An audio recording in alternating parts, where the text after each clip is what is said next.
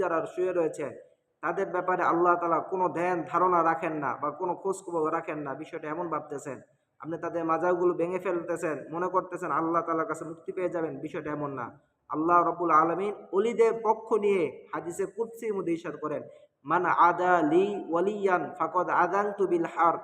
যারা আল্লাহ তাআলা হক্কানি আউলিয়ায়ে কেরামের সাথে, অলিদের সাথে দুশমনি করে, শত্রুতা পোষণ করে, শত্রুতা ভাব রাখে, তাদের ক্ষতি করার চেষ্টা করে, তাদের মান সম্মান ইজ্জতের প্রতি হেন করার চেষ্টা করে, আল্লাহ তাআলা তাদের ব্যাপারে বলতেছেন, মান আদা লি ওয়ালিয়ান ফাকাদ আযানতু বিল হারব।